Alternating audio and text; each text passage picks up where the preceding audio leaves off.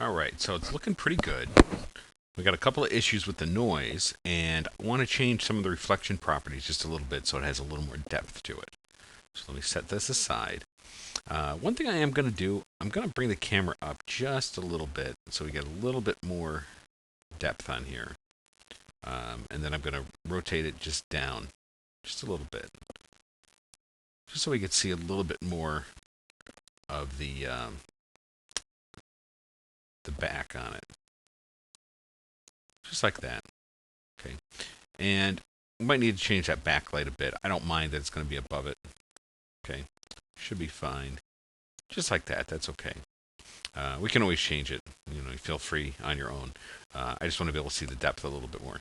Another thing I'm going to do, if you look at the whole scene, we've got just the two lights right there. Okay, and we have the bottle reflecting the backdrop, which of course is just black. Here's the camera. So I'm going to add a little bit, something extra for it to reflect, and that's just a whiteboard. It's in the objects folder. Okay, and all this is just a polygon, which actually I need to make white. And it's just already white. We'll just make it 100% luminous and no diffuse. That's all. Okay, and this we're just going to put, we're going to pull this back a little. Going to rotate it just a little bit like this. And then we're going to move it kind of over here. Let's see if my reflections are on. We can see it. If you put OpenGL reflections on in the preferences, press D to get your display properties, and then click over to OpenGL. You can actually see reflections a little bit, and that kind of helps. Okay, get back down to our camera view. And really all we're going to do with this, see that? It's just going to create just a bit of reflection. We might need to increase the size a bit. And that'll be good for the cap as well as the bottle. Okay, because the area lights will create the shading, but they won't actually create a reflection. So we've got the reflection from the original cloud map that we made in Photoshop earlier. But now we just need just a little bit of a highlight. Helps give it a little bit of realism. Okay, and you can do it on both sides. I'm just going to do it on one for right now. Okay, so now you can see it's actually coming in there pretty nicely. So the other thing I want to do to get rid of some of this noise, aside from the anti-aliasing, which we'll put on last, is turn down some of the blurring. Because not only are we losing some depth through the glass, we're getting a lot of noise. And that's the one problem with putting the reflection blurring on, is that you will get some noise, depending on your surface. All right. So also by doing this reflection board, we get a little bit more depth. We can see that curvature a little bit. So let's do these final surface properties and nail this thing down. Okay, so we've got our bottle. Got to remember to put smoothing on so that surface is smooth. Okay. I'm going to make the specularity 50 is okay, but I'm going to bring the gloss up just a bit. That's going to tighten up those hot spots just a little bit more. Okay. I'm going to make it a little bit more transparent, and then I'm going to increase refraction. Okay. I'm going to go to advanced, and I'm going to bring reflection blurring down to about 20%. For the cap, we're going to do the same, maybe about 20%. And for the liquid, we don't have any. Okay?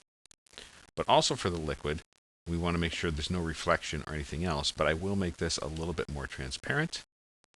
And then for the cap, we're going to tighten up those reflection glossiness as well.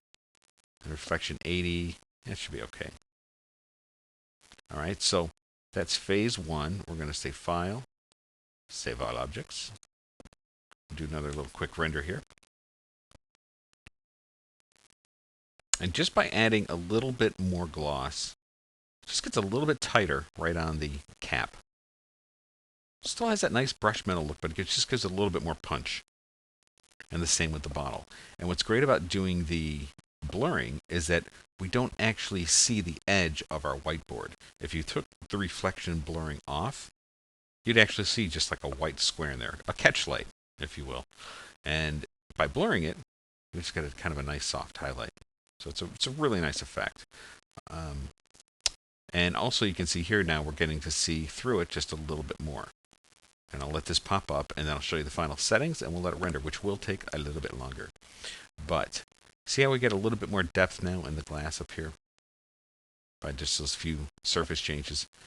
Okay, so bringing the blurring down, you can see, I'll wait until this finishes, I'll bring the other one over. Bringing the blurring down, we actually get a little bit more see-through on it. You can see the liquid a little bit better.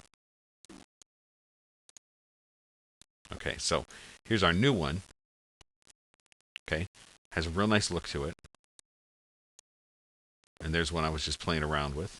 Okay, same kind of look. Nice metal in here.